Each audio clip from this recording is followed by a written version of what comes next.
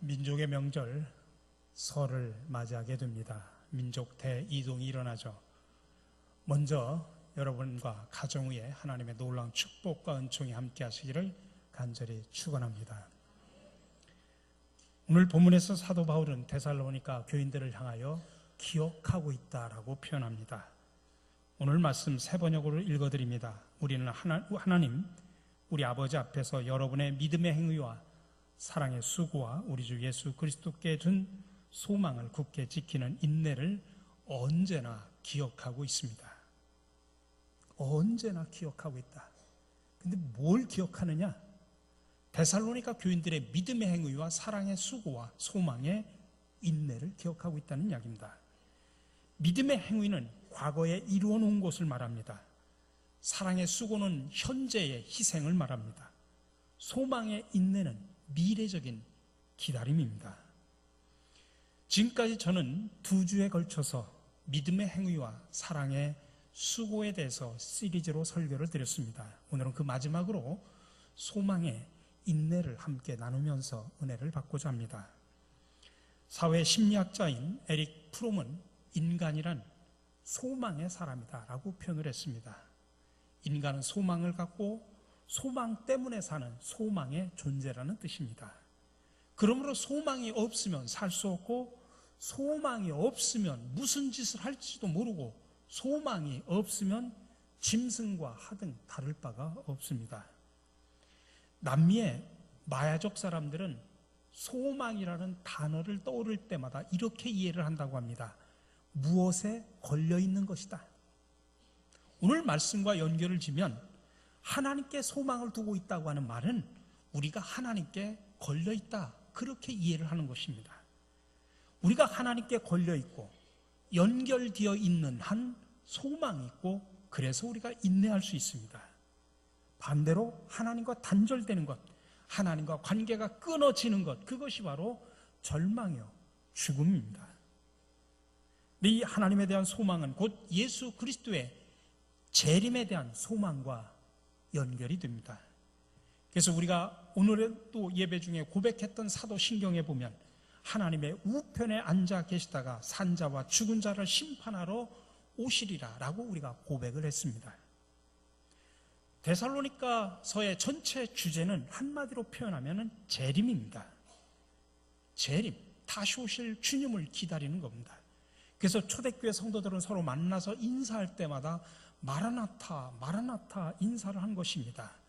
주님이 곧 오십니다. 주님이 다시 오십니다. 데살로니가 교회는 그리스도의 재림을 기다리는 교회였습니다. 주님이 다시 오실 것을 약속하셨기 때문입니다. 저와 여러분들도 주님이 다시 오심을 믿기에 소망합니다. 그러므로 믿음 생활 중에 제일 중요한 것은 재림 신앙입니다. 주님은 다시 오심을 믿으시기 바랍니다. 마라나타입니다. 그래서 지금 내가 아무리 힘들고 어렵다고 할지라도 주님이 다시 오실 것을 우리가 소망하기 때문에 우리는 인내하며 살아가는 것입니다. 데살로니가 교인들은 그렇게 살았던 것입니다. 그런데 소망이 크면 클수록 인내도 커야 됩니다. 예수 그리스도의 재림을 바라는 성도의 소망이야말로 최대의 소망이기 때문에 최대의 인내가 필요합니다. 우리가 만약 끝까지 인내하지 않으면 주님의 재림에 대한 소망은 헛된 것이 되고 말기 때문입니다. 우리 사랑하는 성도 여러분, 우리도 주님의 재림을 소망하면서 이 세상 속에서 어떤 고난과 역경을 당한다고 할지라도 인내하며 살아가시기를 간절히 축원합니다. 히브리어에서도 소망을 뜻하는 단어 티크바라는 것은 기다리다는 뜻을 가진 동사인 카바라는 단어에서 왔습니다. 그러니까 원어상 소망이라는 단어는 기다림이라는 단어와 같은 의미를 갖고 있습니다. 실제로 구약을 보면 하나님께로부터 쓰임받은 모든 사람들의 공통적인 특징은 기다림에 익숙했던 사람들입니다.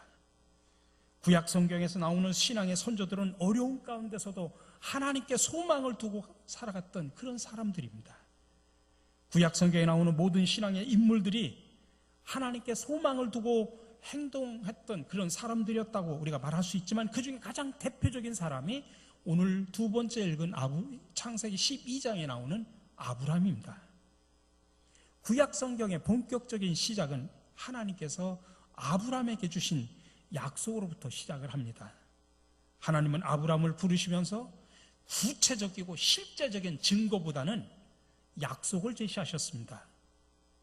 비록 당시 그 약속이 아브라함의 자신의 현실과는 거리가 있는 하나님의 약속이었지만은 아브라함은 그 하나님의 약속의 소망을 두고, 소망을 가슴에 품고 자기의 본토와 친척과 아비집을 떠나 결국에는 믿음의 조상이 될 수 있었습니다. 그러므로 아브라함이 본토와 친척과 아비집을 떠난 것은 하나님께 소망을 둔 그런 행위였습니다. 하나님은 그의 이런 결단에 응답을 하시고 땅과 자손에 대한 약속을 이루어 주셨습니다. 따라서 우리는 하나님께서 아브라함을 부르신 오늘 창세기의 본문의 내용을 살펴봄으로 인해서 우리 신앙인들에게 소망을 갖는 것이 얼마나 중요한 것이고 또 그것을 이루어가는 삶이 하나님이 바라시는 그런 삶임을 깨닫는 지혜를 얻게 됩니다.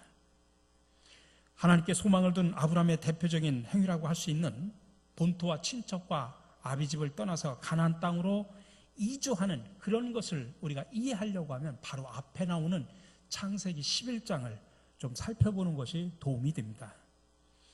창세기 11장 1절서부터 8절은 올바르지 않은 소망을 가지고 행동을 했다가 하나님으로부터 징계를 받은 바벨탑 사건의 이야기가 나옵니다. 사람들의 소망 가운데는 그것을 품은 사람에게 유익을 주는 소망이 있는가 하면 하나님께 죄를 얻어서 오히려 징계를 받게 되는 그런 소망도 있습니다. 그런데 하나님의 징계로 이어졌던 대표적인 소망이 창세기 11장에 나오는 바벨탑 사건입니다. 이 창세기 11장에서 하나님께 징계를 받아 흩어지게 된 신할 사람들의 근본적인 죄는 그들이 바벨탑을 건설하고자 했던 잘못된 소망 때문이었습니다. 신할 평지에 모인 사람들은 스스로 이름을 내고 흩어짐을 면하자고 서로 이야기를 합니다. 그들의 소망은 인간 스스로 이름을 내고 인간의 정말 큰 민족을 자기들 스스로 이루겠다고 하는 그런 이야기입니다. 그런데 중요한 것은 그들의 그 소망 가운데는 하나님이 없었습니다. 그들의 소망이 추구하는 목적지는 하나님께 영광 돌리는 것이 아니라 자기들 스스로 인간에게 영광스럽게 하자는 것이었습니다. 결국 하나님은 이들에게 징벌을 내리셨고 그들의 언어가 혼잡하게 사방으로 흩으셨죠. 구약성경은 이렇게 창세기 11장에서 인간의 불순종에 근거해서 하나님의 징계를 불러온 잘못된 소망을 우리에게 소개를 해준 후에 이어서 창세기 12장으로 넘어가서 하나님을 향한 올바른 소망을 가진 사람의 이야기를 우리에게 들려주는 것입니다. 사람들은 하나님께서 아브라함에게 땅과 자손에 대한 약속을 주셨다는 그 사실에는 우리가 관심을 갖지만 그 약속을 주시기 전에 본토와 친척과 아비집을 떠나라는 명령을 주신 것에 대해서는 등한시하는 경우가 참으로 많이 있습니다. 그러나 많은 사람이 아브라함처럼 약속을 받지 못하는 것은 약속을 주시기 이전에 하나님이 주신 명령, 본토와 친척과 아비집을 떠나라고 하는 명령을 순종하지 않았기 때문입니다. 즉 하나님께서 주신 거룩한 소망에 근거한 정말 신앙의 결단이 없이는 하나님의 약속을 받을 수 없다는 사실을 창세기 12장은 우리에게 들려주고 있습니다. 아브라함이 거룩한 소망에서 비롯된 결단으로 본토와 친척과 아비집을 떠난 것이 사실은 얼마나 중요하고 동시에 얼마나 힘든 것이었는가는 당시의 사회를 살펴보면 금방 알 수 있습니다. 창세기 12장에서 하나님이 떠나라고 요구하신 본토와 친척은 하란과 데라의 가족들입니다. 당시 한 사람의 정체성을 규정해주고 보호 영역을 제공해줬던 요즘 말로 하면 지연 공동체와 혈연 공동체입니다. 따라서 하나님의 요구는 고대 사회 속에서 한 사람을 규정하는 그런 정체성과 보호 영역을 과감하게 떠나라고 하는 그런 요구라고 할 수 있습니다. 그런데 중요한 것은 아브라함이 본토와 친척과 아비집을 떠난 이후에 하나님이 아브라함에게 주실 땅과 자손에 대한 약속을 구체적으로 주셨다는 이야기입니다. 다시 말해서 거룩한 소망을 가지고 내가 의지할 수 있는 인간적인 공동체와 제도를 떠나는 순종함이 없이는 하나님의 약속도 주어지지 않는다는 사실을 기억하셔야 합니다. 한편 아브라함에게 주신 하나님의 약속인 내가 너로 큰 민족을 이루고 내게 복을 주어 네 이름을 창대케 하리라고 하는 이 말씀도 앞에 나와 있는 창세기 11장과 관련 속에서 더욱 분명하게 이해할 수 있습니다.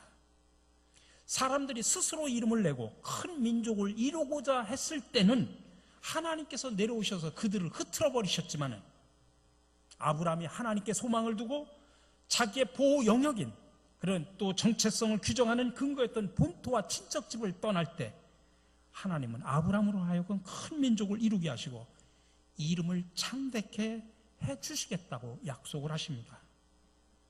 아브라함이 세상적으로 의지할 수 있는 모든 것을 떠나서 하나님께만 소망을 두겠다고 하는 그런 결단을 행동으로 보여줬을 때 하나님은 그에게 땅과 자손에 대한 약속을 주신 것입니다.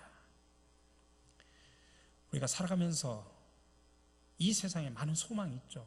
또 특별히 새해가 되면 많은 소망을 품고 출발합니다.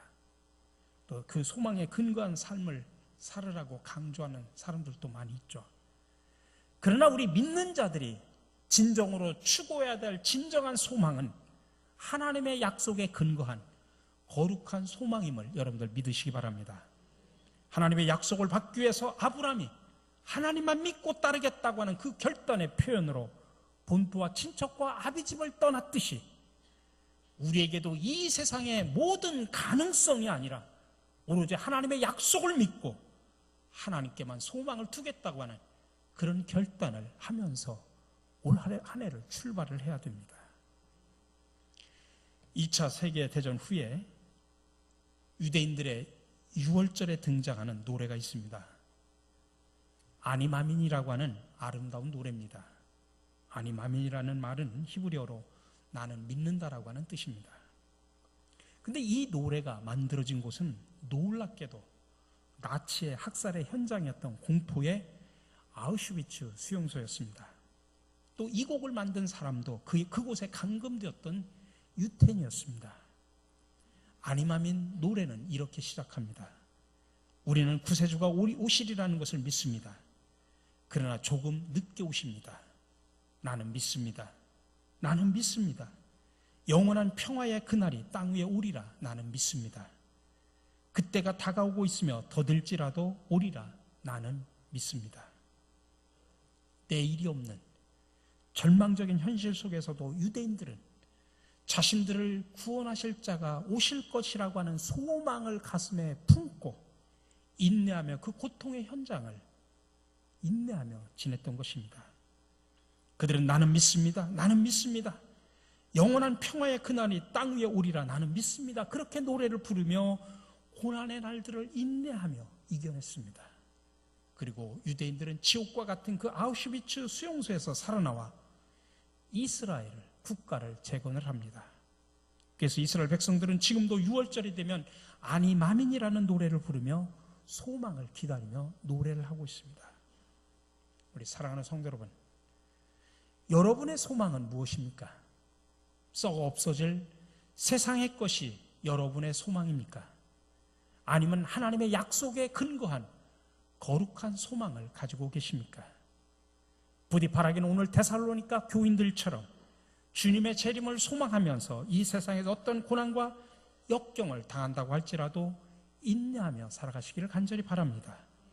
그리고 아브라함처럼 세상적으로 의지할 수 있는 것을 떠나서 하나님께만 소망을 두고 살아가셔 하나님께서 약속해 주신 그 축복을 소유하는 주인공들이 되시기를 주님의 이름으로 간절히 축원합니다.